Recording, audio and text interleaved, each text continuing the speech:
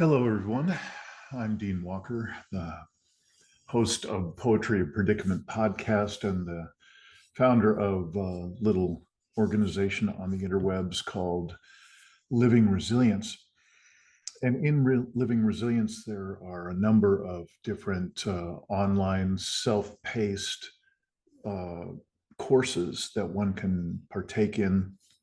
And really the entire focus of all that is on offer here in every direction, including the safe circle calls, the other kinds of support groups, the other kinds of special focus groups. The entire purpose of all of these different aspects of this organization, this body of work, is the inner work of collapse. Yes, those of you who've been around know that our assertion is that what got us into this global predicament that we're in, multifaceted predicament, multi-crisis, if you will, is that we have disconnected from all the primary sources of meaning and relationship in human life. And that's a pretty bold assertion. And again, if that somehow rocks you in a good way and kind of piques your interest, come be a part of any of the things I've just mentioned. The main thrust for 2024 in this work is the inner work of collapse, of human-caused collapse of both Earth and human systems. And it's our assertion here that we all need a substantial amount of inner work to transition from being an active, albeit unconscious, complicit element in this predicament, and for the vast majority of us, a tiny, tiny part of that predicament. It is a huge transition to take on going from the immersion, the lifelong immersion in business as usual, to any alternative, even if that alternative is just being fully acceptant of this collapse, and then wanting to look at how we can be more of service to the people we love as those elements of collapse intensify. In other words, how can we be more present in the face of the largest stressors that humanity has ever had to face? That's the nature of this work. This particular article that I'm about to read for you is from The Guardian, and a recently very successful and talented podcast host, Rachel Donald. She has written this article, Human Behavioral Crisis at Root of Climate Breakdown, say scientists. New paper claims unless demand for resources is reduced, many other innovations are just a sticking plaster. Now, this Guardian, of course, is UK production. And for those of us in the States, we call those Band-Aids. So it's just a Band-Aid. All the stuff we've been doing for 30, 40 years now is just a Band-Aid. So I'd like to just give you a little bit of history about why this is so important for me to read and kind of break up the usual type of material that I do here. Is many of the points here are straight out of the book that I wrote put out in 2017. And in 2015, when I was in the thick of writing and researching the book, I kept finding exactly this same result that I'm about to read to you about with these brief snippets from the paper. There will be a link to the paper in the show notes of this particular video. So if you would like to just go right to the paper, it's well worth reading. It's it's just exceptionally truth-telling. After decades of bullshit, basically, and from every direction. So this, I hope, will help to translate why why I've created this body of work, why we're focusing on the inner work of collapse. Because if you'll read between the lines, and actually boldly stated within the lines of this particular article, you'll see that the transitions that are implied are literally just next to existential, meaning that our comfort is at stake. Many of the assumptions that we have come to know and love about ourselves as human beings are absolutely causal in this human-caused collapse of Earth and human systems. So again, if you'd rather not hear my voice, you can actually turn down the volume and just read along. I'll be putting the text up from this article and reading it. But I will also put the link to this article in the show notes below. And as I mentioned before, I will also be including the link to the paper that is mentioned time and again throughout this particular article. I hope that this information is timely and good and empowering for you. It is, I know that in 2015, when it really came to my root, to my core, as I was researching that this is not a climate change problem in this world. This is an overshoot problem. This is an overpopulation problem. This is a human population on this planet completely disconnected from the web of life and the sense making that is innate in that. If we were to be reconnected with that web of life, which we are desperately not, and I'm not holding my breath that we will collectively be doing that anytime soon. So those are your options. Look forward to having our conversations in Safe Circle and the community of practice. These are the experiential and even drop-in support groups that are available here in Living Resilience. All the ways to get in touch with the Living Resilience content are also down below in the show notes. Please come dip your toe in the water and see if this material, this work, these types of support and resources are attractive to you. If they are, come join us, and I look forward to meeting you. And if not, I hope you find just the right kind of support and resources that fit your needs and wants. This is definitely a time to find our people and to be telling ourselves the truth at a level that has never been done before. So on we go with Rachel Donald's article in The Guardian. Human behavioral crisis at root of climate breakdown, say scientists. New paper claims unless demand for resources is reduced, many other innovations are just a sticking plaster. Record heat, record emissions, record fossil fuel consumption. 1 month out from COP28, the world is further than ever from reaching its collective climate goals. At the root of all these problems, according to recent research, is the human behavioral crisis, a term coined by an interdisciplinary team of scientists.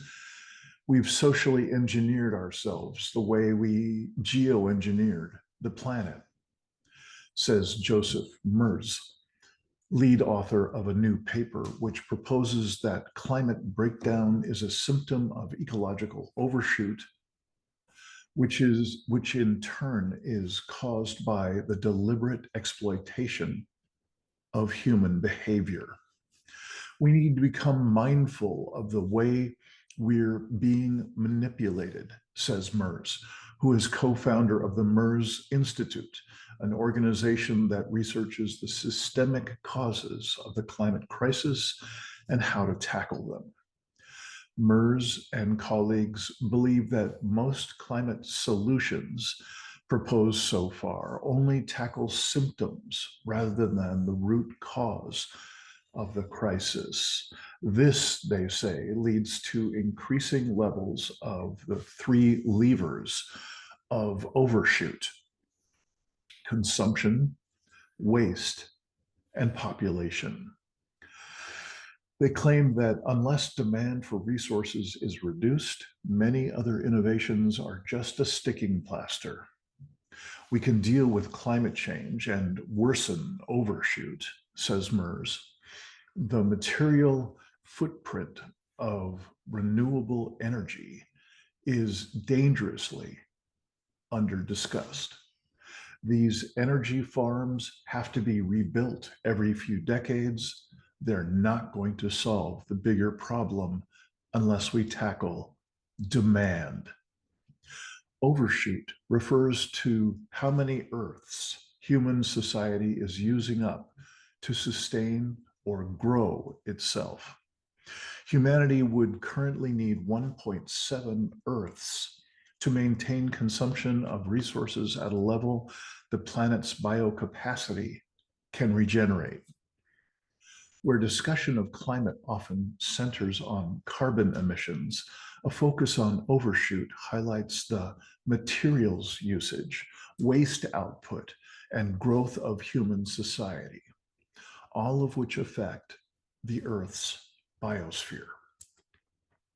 Essentially, overshoot is a crisis of human behavior, says MERS. For decades, we've been telling people to change their behavior without saying, change your behavior. We've been saying, be more green or fly less.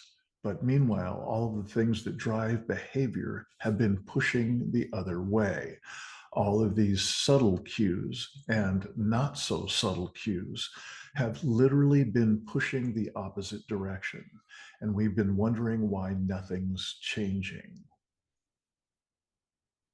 The paper explores how neuropsychology, social signaling, and norms have been exploited to drive human behaviors which grow the economy from consuming goods to having large families. The author suggests that ancient drives to belong in a tribe or signal one's status or attract a mate have been co-opted by marketing strategists to create behaviors incompatible with a sustainable world. People are the victims. We have been exploited to the point we are in crisis.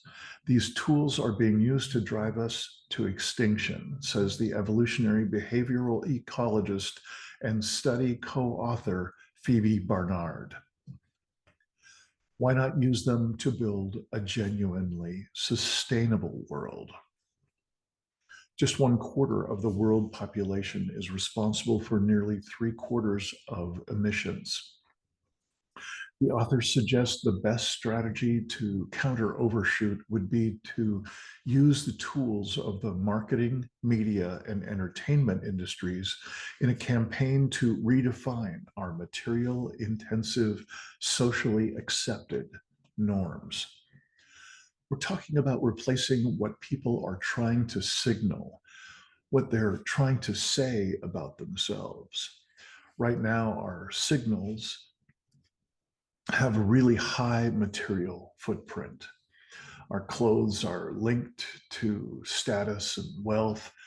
They're materials sourced from all over the world, shipped to Southeast Asia most often, and then shipped here, meaning the UK, only to be replaced by next season's trends.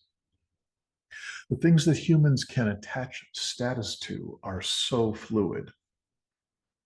We could be replacing all of it with things that essentially have no material footprint, or even better, have an ecologically positive one. The MERS Institute runs an Overshoot behavior lab where they work on interventions to address overshoot. One of these identifies behavioral influencers such as screenwriters, web developers, and algorithm engineers, all of whom are promoting certain social norms and could be working to rewire society relatively quickly and harmlessly by promoting a new set of behaviors. The paper discusses enormous success of the work of the Population Media Center, an initiative that creates mainstream entertainment to drive behavior change on population growth and even gender violence. Fertility rates have declined in the countries in which the center's telenovelas and radio novellas have aired. Population growth is a difficult topic to broach given the not too distant history of eugenics and ethnic cleansing practiced in many nations around the world. However, MERS and colleagues insist it is important to confront the issue as population growth has canceled out most climate gains from the renewables and efficiency over the past 3 decades. It's a question of women's liberation, frankly, says Barnard. Higher levels of education lead to lower fertility rates. Who could possibly claim to be against educating girls? And if they are, why?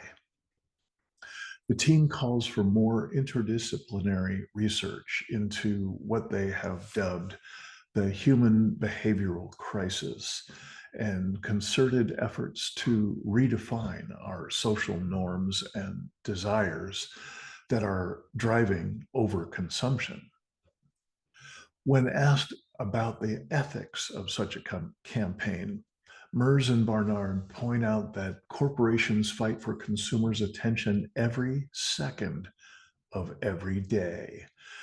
Is it ethical to exploit our psychology to benefit an economic system destroying the planet? Asks Barnard. Creativity and innovation are driving overconsumption. The system is driving us to suicide. It's conquest, entitlement, misogyny, arrogance, and it comes in a fetid package, driving us to the abyss. The team is adamant that solutions that do not tackle the underlying drivers of our growth-based economies will only exacerbate the overshoot crisis. Everything we know and love is at stake, says Barnard. A habitable planet and a peaceful civilization both have value, and we need to be conscious about using tools in ethical and justice-based ways. This is not just about humanity. This is about every other species on this planet. This is about future generations. I do get frustrated that people sit in paralysis thinking, what do I do? Or what must we do? There are moral hazards everywhere. We have to choose how to intervene to keep us working on a path forward as humanity, because everything right now is set up to strip us of our humanity. So again, it's been a pleasure to read Rachel Donald's article here from The Guardian, dated January 13 of 2024. I hope you will take the time to check out the original paper and the link that's in the show notes below and in the article on The Guardian as well. And of course, the link to the Guardian article will be there. Again, just another invitation for you to come visit us in the Living Resilience world. Come put your toe in the water with some of the introductory materials, which are, I believe, gentle but extraordinarily useful introductions to this extraordinarily difficult conversation of human-caused collapse of Earth and human systems. One of the most gentle ways that I could imagine coming on board, if you will, is to come join in at the free level in our online community space, which you'll see, again, a link to down in the show notes. And there are a couple of introductory courses that I would just highly recommend. They're harmless in terms of their intensity, but I think they're very, very useful, kind of easy to assimilate, far less confrontational than than even this article. This article is quite bold in their assertions, and I'm in complete alignment with all of them. But for many people, that's too much. It's too much, too fast. It's too intense. So if you would like a more gentle approach to being introduced to this material and perhaps find others who are on a similar wavelength, you can come into the entry level. And there's an entry level course called Collateral Beauty, which you will find on the main space in the menu of offerings.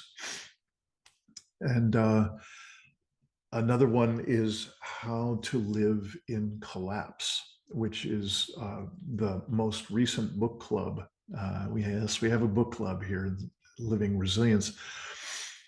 And at the end of 2023, we covered the book from the Deep Adaptation Volunteer Coordinator, Terry LePage, and her wonderful book, Eye of the Storm.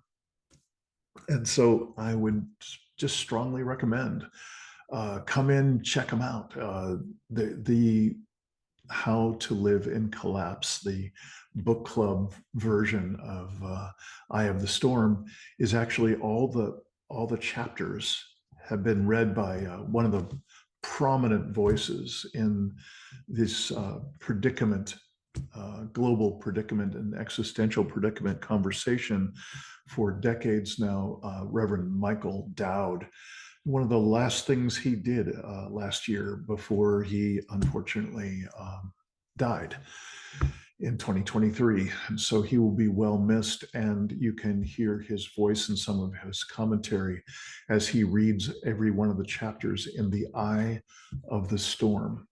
So a strong recommendation to check that out as a way to see if this kind of work, this kind of inner work that is implied might be for you. This starts you out at the most accessible and easygoing level. So that's it for now. Thank you for your attention, and look forward to hopefully meeting you sometime soon. Thank you for joining us in another episode of the Poetry of Predicament. This podcast is produced by Dean Walker and the Living Resilience Alliance. Living Resilience exists to offer transformative support and resources to the collapse-aware and collapse-acceptant communities around the world. Our sole purpose is to curate and offer coaching, support groups, courses, and events that assist people in expanding their core skills, competencies, and capacities for facing a troubled, predicament-laden, yet still ineffably miraculous world.